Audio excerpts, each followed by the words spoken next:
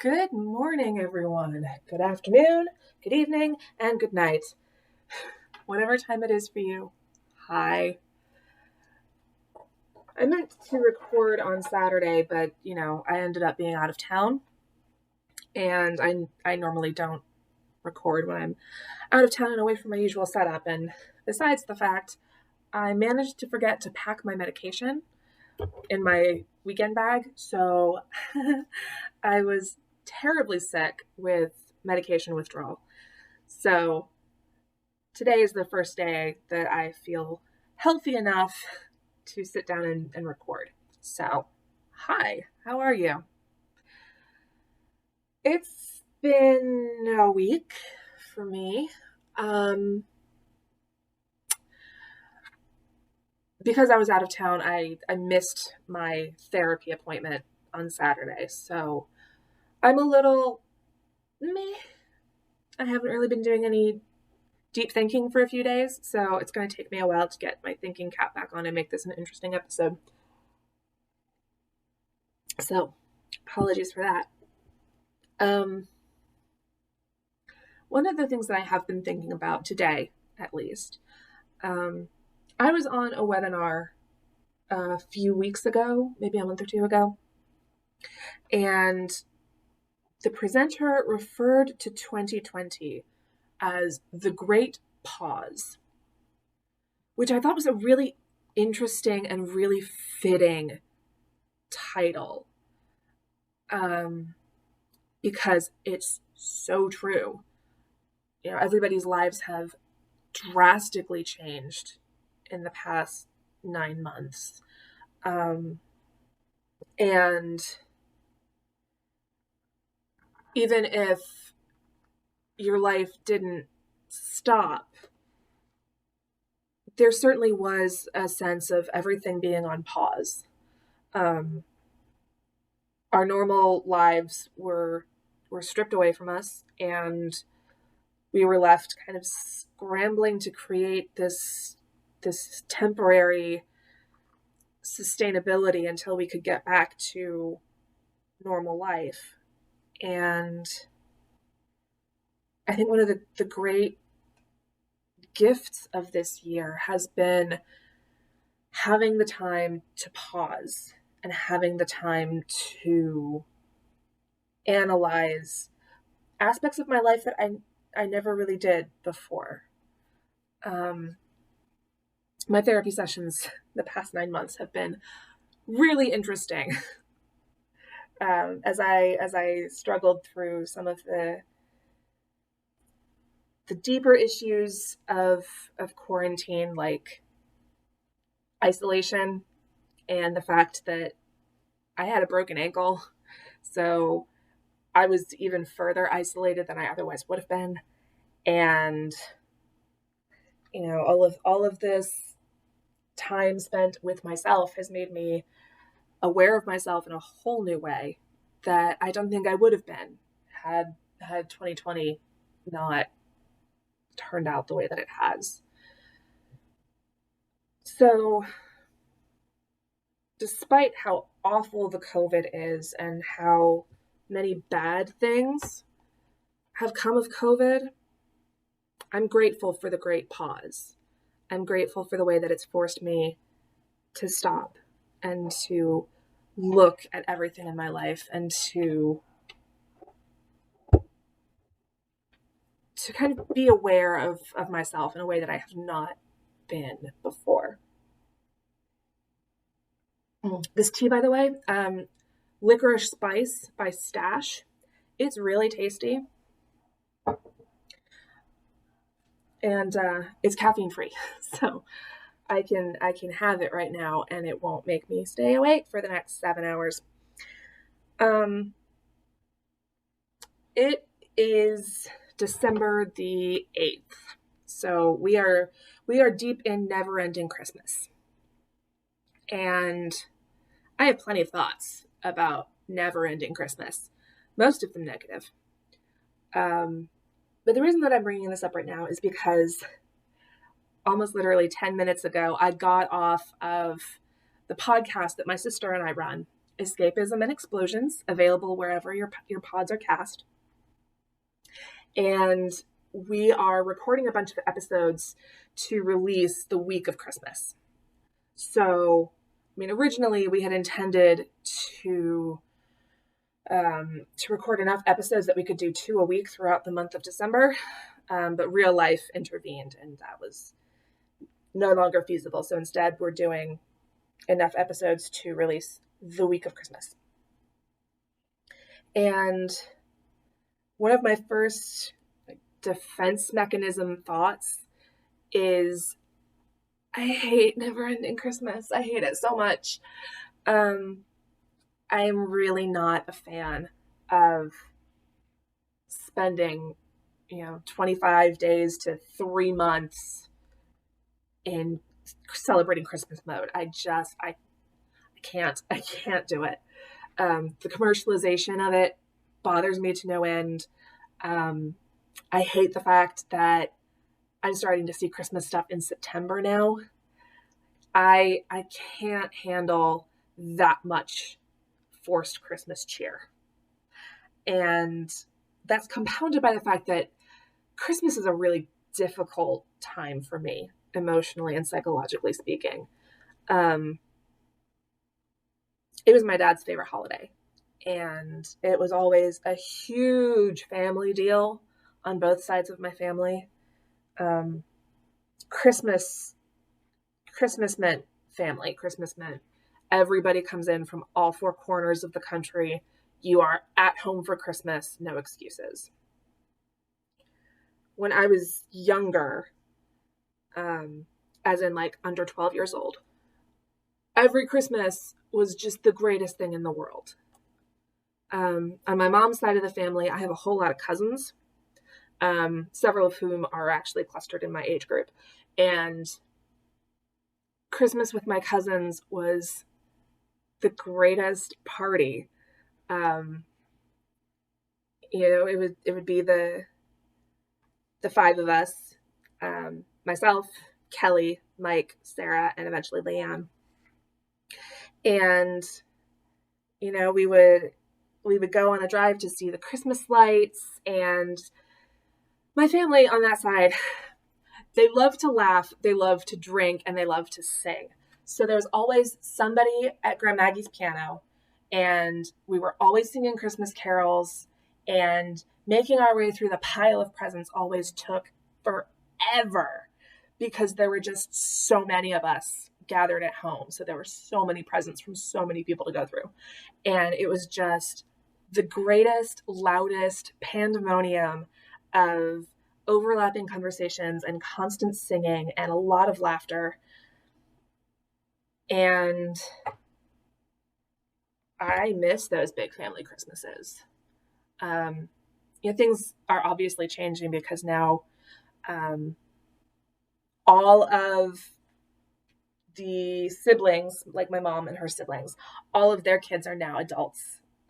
Several of them have kids of their own, so we don't gather for a big family Christmas anymore, and we haven't done since Grandma Maggie died.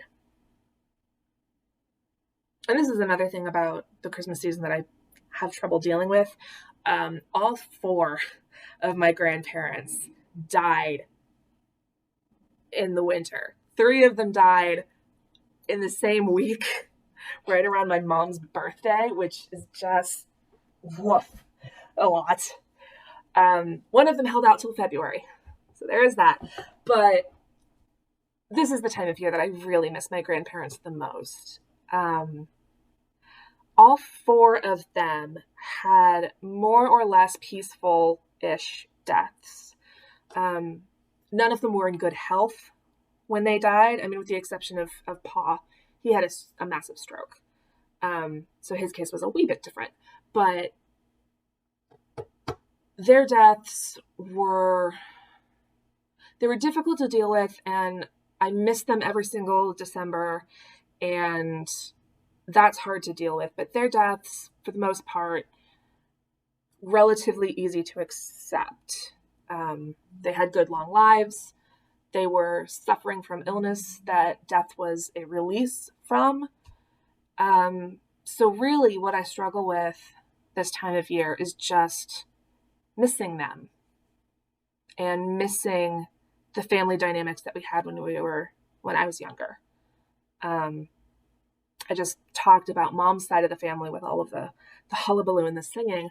Dad's side of the family, um, when my sisters and I were younger, we're the only grandchildren on that side of the family, so we were spoiled as hell on Christmas. Um, and the family celebration was never as wild and free and spontaneous, I guess, as mom's side of the family. Like, you go to mom's side for the party, you go to dad's side to recover. It's kind of the general feel. But when I was younger, Christmas on dad's side of the family was also really special. You know, it was the one time of the year that grandma really cooked anymore. So we had a home cooked meal, all of us crammed in that kitchen. I don't know how on earth we did it, because I think she must have used some sort of space extending wizard magic to get us all to fit in there. But we'd have a big family meal. My sisters and I would beg and plead that the adults hurry the hell up with their dessert and their coffee, because we wanted to open our presents, and we weren't allowed to open our presents until everybody was done with dessert and coffee, and they always took forever. I swear they did it on purpose, just to giggle at our frustration. But anyway, we had a tradition on dad's side of the family that he would be Santa, so he would be there in his Santa hat, and he was the one who was picking up and distributing presents. And one or more of my sisters and I would be the helper elf, so it would be our job to take the present to the person it belonged to. And when we were itsy bitsy just learning to read, Dad would help us sound out the names on the labels. And that's how we started to learn to recognize family penmanship. That's the word I'm looking for. Family penmanship, and what our family's names looked like. And we have a lot of that on family video. I don't watch it because I can't yet. But I miss the memories of those Christmases. I miss how close everyone felt. I miss how happy we all were. On mom's side of the family, big family Christmas stopped because everyone started to hive off into their own families. My generation was growing up, turning into adults, having their own families. So the big family Christmas kind of got broken up so that everybody could be with their own branch of the family for Christmas. On dad's side of the family, Christmas stopped because people started dying. My grandpa died. Aunt Rosemary died. And that side of the family started to unravel. And there was no one left to be the hub of the wheel, who really held everyone together. That used to be my dad's job. And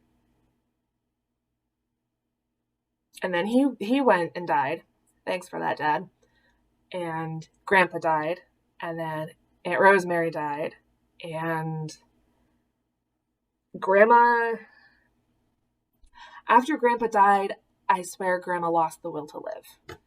And after that, she no longer cooked dinner for Christmas. We started going to a steakhouse. No Christmas decorations went up unless my aunt and uncle put them up, which a lot of the times they didn't. And the atmosphere in the house and the family started getting really not good. So for the past several years, Christmas at Grandma's house was not great. And last year, Last year, Grandma died in early December, just like the rest of my grandparents, minus my grandfather who died in February. So we really didn't do Christmas on Dad's side of the family. We were a little bit busy with post funeral stuff. So yeah, that didn't happen.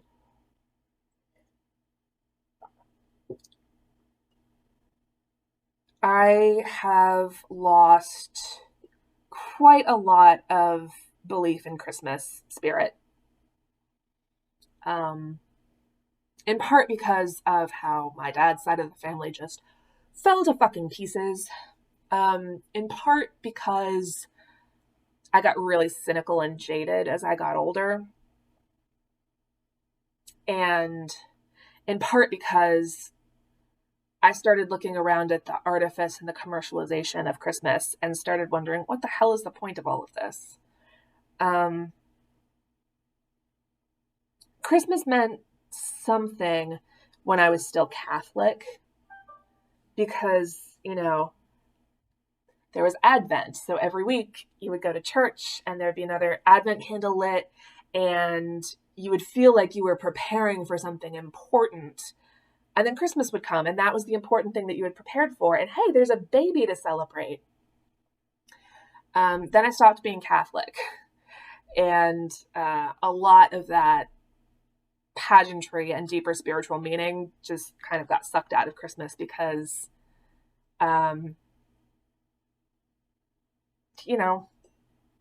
it's hard to give a shit about Advent when you're not in church. It's not quite as prevalent in cultural consciousness as Lent is. So, yeah.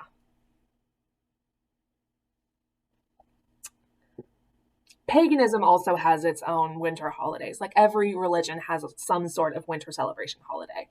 And my paganism ritual now, which I've had for the past many years, is to stay up all night on the winter solstice and to light a candle and keep it lit and to read and write stories to get through the long night. I find a great deal of spiritual satisfaction in that. But it's not the same as Christmas spirit.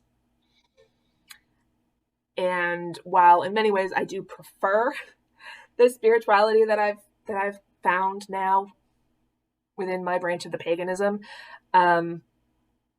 it's not related to Christmas spirit. And I find capturing Christmas spirit to be difficult and fleeting. I can grab it sometimes. Muppet Christmas Carol puts me in Christmas mood. Don't ever tell my big brother that I said that, because he will just start singing "It Must Be Christmas" in my ear nonstop forever. Try it, big brother, and I will take all of your eggnog. I don't even care. But so Muppet Christmas Carol does it. It helps that I have nieces and a nephew of my own to spoil now. Seeing little kids be excited about Christmas lights and presents from Santa and seeing them get caught up in the festivities, that feels very special to me. And when I'm able to step out of the Christian paradox and step away from the commercialization of Santa Claus, and when I'm able to focus on the deeper themes of family and togetherness and a big feast to celebrate the end of the year, that's a lot easier for me to get into than being excited about goddamn Christmas. I turn into more and more of a Scrooge every year as I am subjected to the same 12 Christmas songs on repeat, no matter how hard I try and hide from it. I thought this year, of all the years, I would be able to stay away from Christmas music. Because like my dear friend Shauna, she loves Christmas music with a fervor that I will never understand. And as soon as it's December 1st, she is turning on that Christmas music. She would turn it on Black Friday. But like there are times when I severely want to smack her and be like, no, no, no Christmas. Bad. But anyway, by December 1st, she's turned on her Christmas music. And her favorite Christmas song is Wonderful Christmas Time, which is one of my least favorite of all of the Christmas songs. And I thought, in the year of our COVID 2020, when I'm stuck at home and away from humans, I would be able to avoid that most atrocious of Christmas songs. And yet, it's come to haunt me. It's found me on YouTube once or twice, and I don't know how it does that, but it found me. It's like a bad fungus. It just keeps coming back. Oh God, how much I hate it.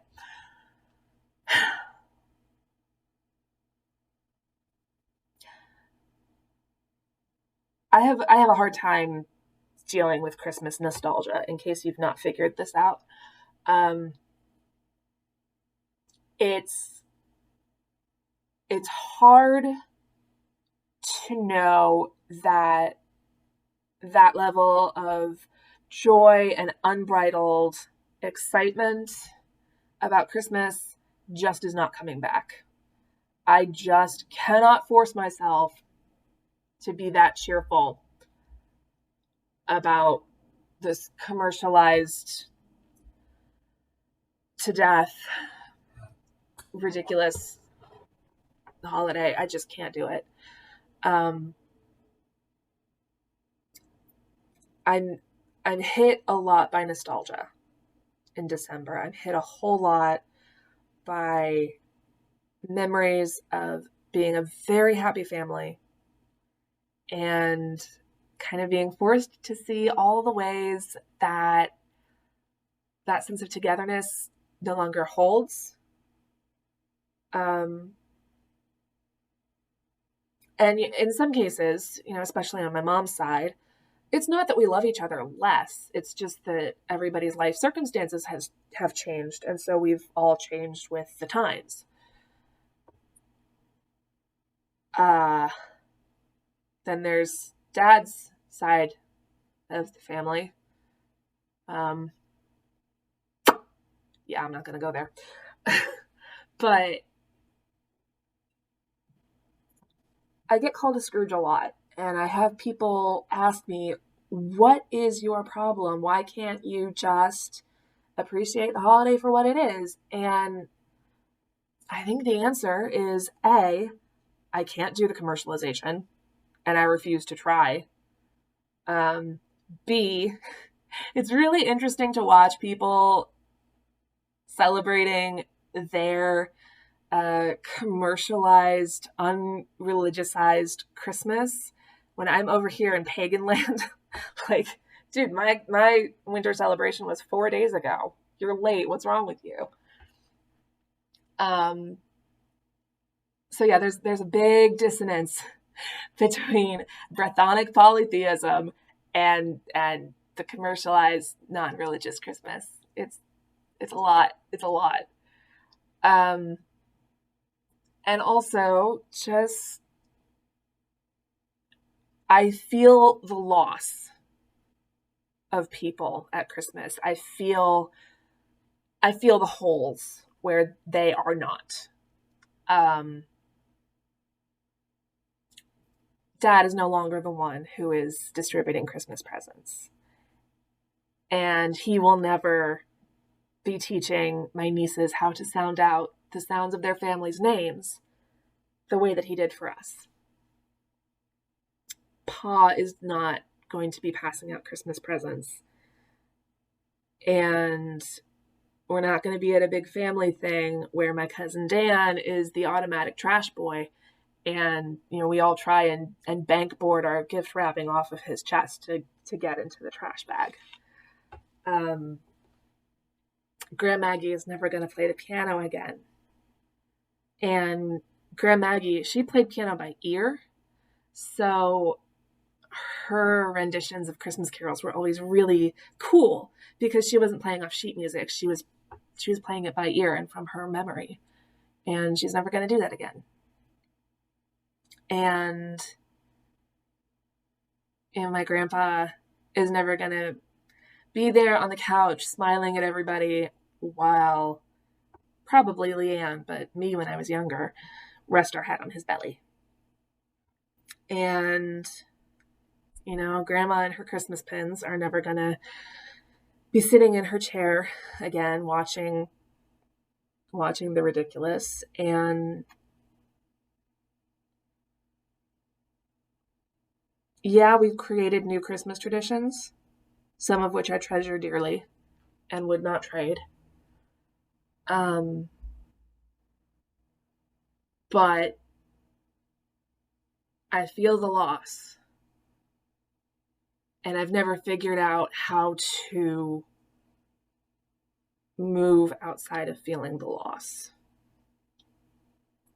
And I don't think that's going to come this year either. So the great pause has been great, but it has not always brought answers. And that's kind of how I'm going to be ending my year, I think, is sitting through December and watching everybody else put up their holiday decorations for a festival that I only really celebrate by proxy because, again, my celebrations take place around the 21st. And for my celebrations, I don't put up holly wreaths or Christmas trees or anything. It's not my deal. So yeah, there's a real sense of disjointedness around this time of year that I've just never been able to reconcile. And the great pause has not helped me reconcile it, and I don't think that I'm going to get there in therapy this year either. So I'm just kind of left hanging a bit, and that sucks. This is a bit of a downer episode. I swear to God, I don't mean for all of these episodes to be so serious and such downers. I need to do something about that. I need to find something happy to talk about. I'm going to think on that. And until then, stay safe and stay sane and honor your feelings about this holiday, whether they're positive, whether they're negative, whether you have mixed feelings about it. Your feelings about this holiday are not wrong. And anybody who tries to tell you that you should not be feeling this way, they need to shut the fuck up and let you be in your mental space. So yeah, let's all tell people to fuck off with their Christmas nonsense.